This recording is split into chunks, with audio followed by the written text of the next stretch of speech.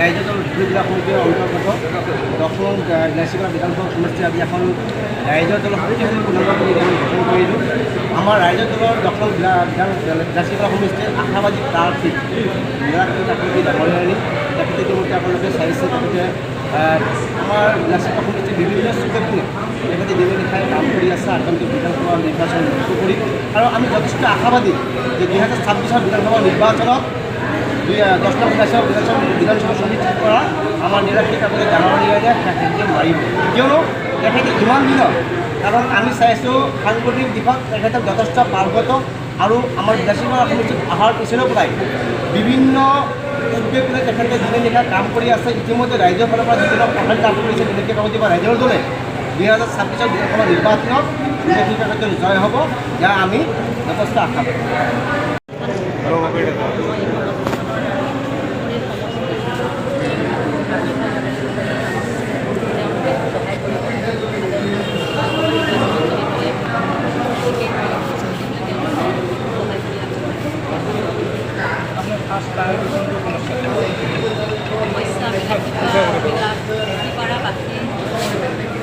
বিলাসীপাৰা বাসীয়ে বিচৰা ধৰণে যিধৰণে তেওঁলোকৰ লগত কি সহায় কৰে তেওঁলোকৰ দৰে বিলাসীপাৰা সমষ্টিটো মই সজাবলৈ চেষ্টা বিলাসীপাৰা বাসীৰ যিকোনো সমস্যা তেওঁলোকৰ মতে মই সমস্যা সমাধান কৰিবলৈ চেষ্টা কৰোঁ। তেওঁলোকৰ মতে বিলাসীপাৰা বাসীৰ সমস্যা তেওঁলোকৰ সমাধান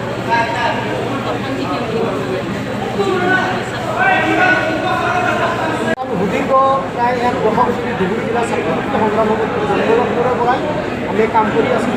আৰু আপোনালোকে জানে ইতিমধ্যে যে ছাত্ৰমুক্তি সংগ্ৰাম সমিতিৰ লগত জড়িত হৈ মই ছাত্ৰ ছাত্ৰীৰ হৈ থকা ধুবুৰী জিলাৰ জ্বলন্ত সমস্যাবোৰ মই বিভিন্ন সময়ত বাদ পাতি আছোঁ, আপোনালোকে নিশ্চয় জানে। গতিকে মই আজি ৰাজনৈতিকভাৱে সক্ৰিয় ৰাজনীতিত আজি ৰাইজৰ দলত যোগদান কৰিলোঁ।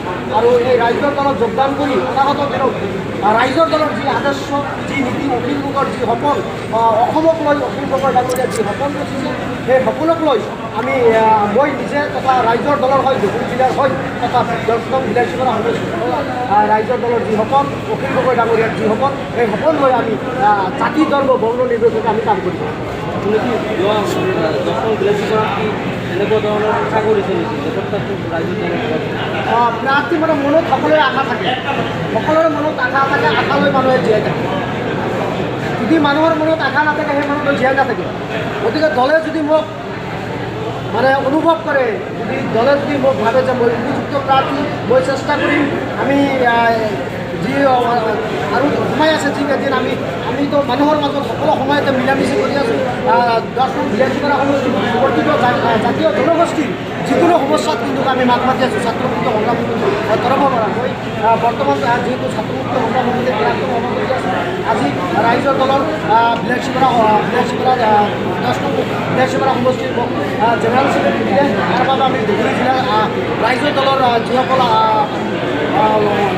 হেৰি আছে কৰ্মকৰ্তা আছে তেওঁলোকক আমি ধন্যবাদ জ্ঞাপন কৰিছোঁ। আৰু ৰাইজৰ দলৰ যিটো সম্পাদক আশ্বাৰুল ইছলাম ডাঙৰীয়া আজি আহিছে, তেওঁক আমি ধন্যবাদ জ্ঞাপন কৰিছোঁ।